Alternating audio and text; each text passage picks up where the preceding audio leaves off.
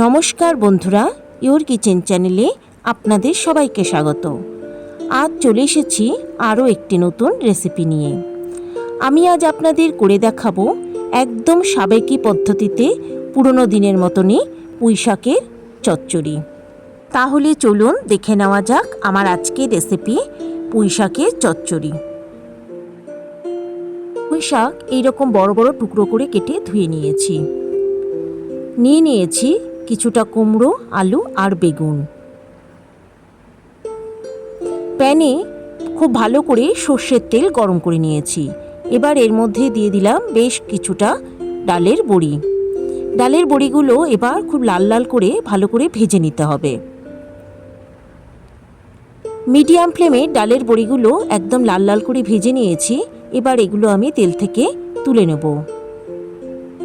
এবার ওই তেলের মধ্যে দিয়ে দিলাম দুটো শুকনো লঙ্কা দুটো তেলের মধ্যে একটু নাড়াচাড়া করে ভেজে নেব।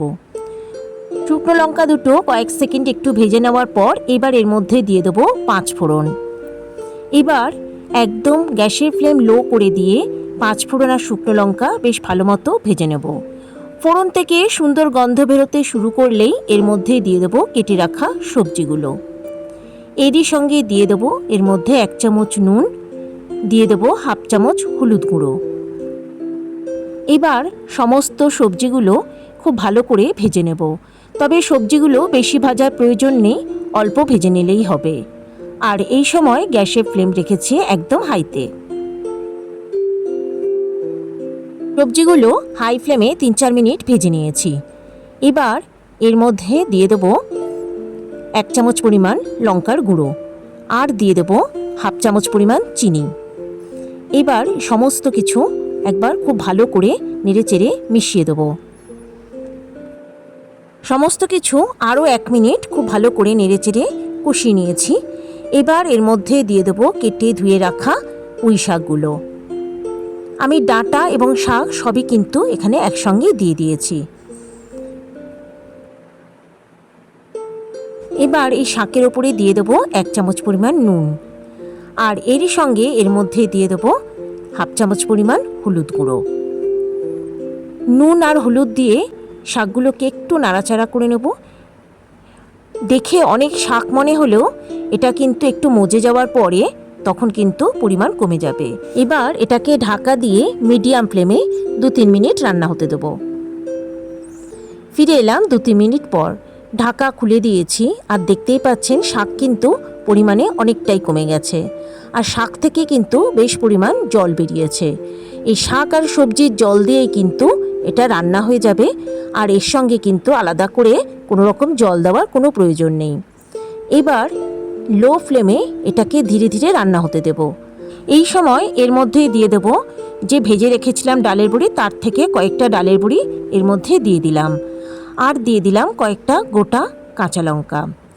আর কিছুটা ডালের বড়ি আমি এই রকম ছোট ছোট টুকরো করে ভেঙে আলাদা রেখে দিয়েছি।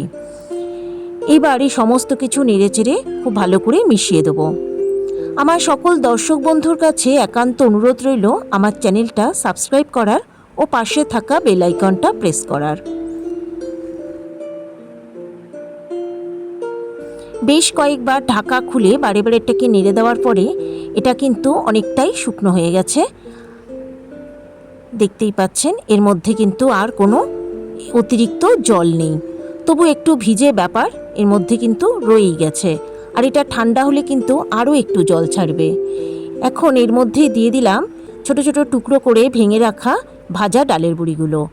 এই ভাজা ডালের বড়ি দেওয়ার ফলে এর মধ্যে যে অতিরিক্ত জল বা একটু যে ভেজা ভাব সেটাও কিন্তু পুরোপুরি শুকিয়ে যাবে আর এটা কিন্তু তখন খেতে আরও ভালো লাগবে আর এটা বেশ মাখা মাখা মতোও হবে। এবার আমি গ্যাসের ফ্লেম বন্ধ করে দেবো। তৈরি হয়ে গেল আমার আজকের রেসিপি পুঁইশাকের চচ্চড়ি।